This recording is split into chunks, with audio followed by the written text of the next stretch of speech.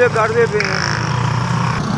मोहम्मद हनीफ, मोहम्मद हनीफ, मोहम्मद हनीफ, ये कचरे जो काटते पे हैं, कचरा कुचरा जी प्लास्टिक कोई लोहा लुहा नहीं करते, नहीं नशा नहीं करता जी, सिगरट खाता भी मैं कर नहीं सकता। बिल्डिंग तो डिग पिया सी, मिस्त्री सी, मैं डिग पिया बिल्डिंग तो।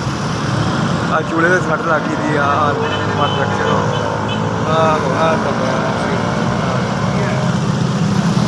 अपने बच्चों वास्ते 6 बच्चियाँ, 6 बच्चियाँ, बच्चा कोई नहीं घर अपने है नहीं कि ना के सूरपुरा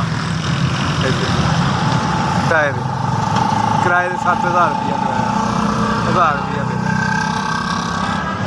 बस यही है। 200-400 रुपया का शाम को इकट्ठा हो जाता। फिर की करिए पुत्र बेरा होर काम करना तो रहे ना पुत्र नहीं होंगे काम होने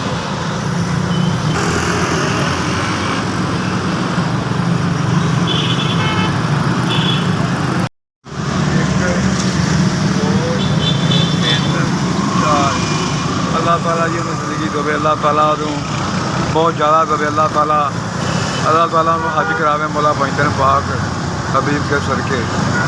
अल्लाह ताला अपने मैनू दिखे जाए, अल्लाह ताला ज़्यादा देवे। कहने मेरे पुत्र ने भेजा वा, अल्लाह ताला ओदी इन्ना क देवे। कहने मेरी मदद की अल्लाह के बंदे ने, अल्लाह ताला उसनों बहुत ज़्यादा अल्लाह ताला देवे, उन्होंने हज करावे मौला पैंतन पाक। अपनी सोच तो वध, मेरी सोच तो वध अल्लाह ताला उस बंदे को देवे। अल्लाह पाक ओदियां हज करावे, अल्लाह ताला ओदे माँ प्यो दी भी खैरा करे, अल्लाह पाक SDSS भला होवे।